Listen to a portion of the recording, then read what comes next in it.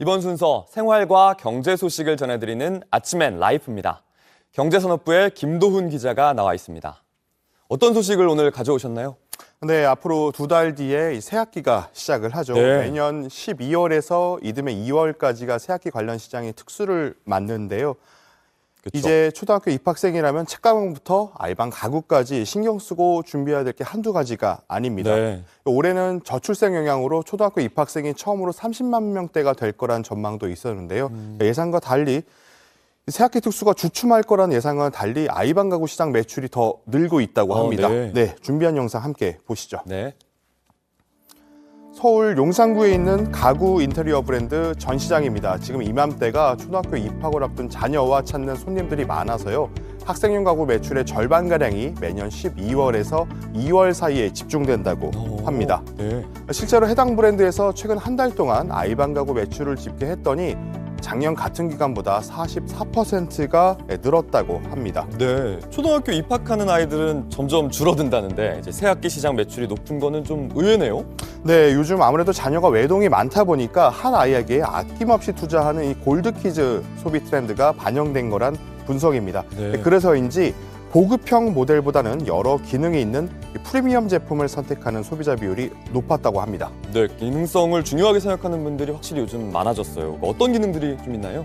네, 아이 키와 눈높이를 맞춰서 책상의 높낮이와 각도를 따로 조절할 수 있는 기능성 책상이라고 하는데요. 이 50cm부터 90cm까지 높이를 움직일 수 있어서 아이가 더 자라나도 활용이 가능하고 40도까지 각도 조절도 가능해서요. 그림을 그리거나 디지털 기기로 공부를 할 때도 유용하다고 합니다. 네.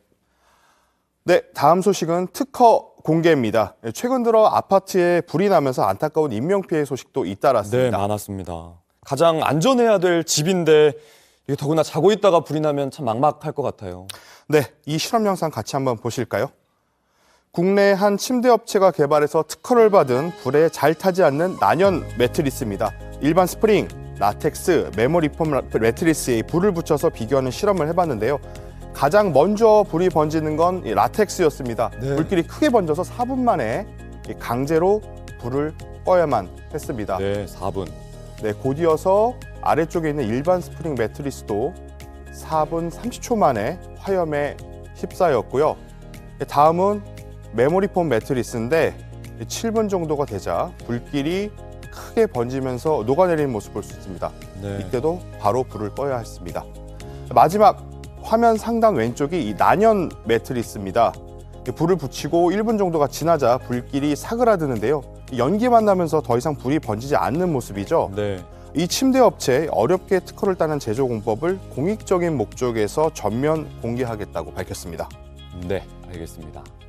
다음 소식은 겨울 산 사진이네요. 네, 겨울 산행. 이 멋진 설경에 눈꽃까지 감상할 수 있어서 상당히 매력적이죠. 네. 하지만 활동량도 줄고 근육과 관절 유연성도 떨어지는 겨울에는 스트레칭 같은 준비 운동이 반드시 필요한데요. 네. 또 눈이나 빙판길에서 넘어지는 낙상 사고로 팔꿈치, 무릎, 어깨를 다치는 경우도 상당히 많습니다. 네. 이 관절염 환자 재작년 기준으로 국내 500만 규모라고 합니다. 망선 질환 가운데 두 번째로 많다고 하는데요. 흔한 이 병이군요. 관절 연골이 스스로 재생이 안 되기 때문에 평소에 관리가 상당히 중요하다고 합니다. 네. 준비한 영상 보시겠습니다.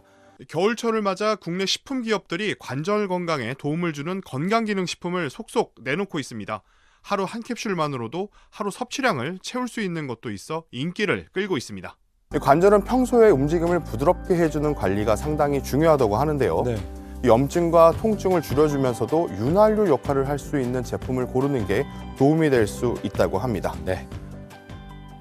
마지막 소식은 따뜻한 밥 대접하려고 새 건물 지은 기업 얘기입니다. 네. 영상 함께 보시겠습니다.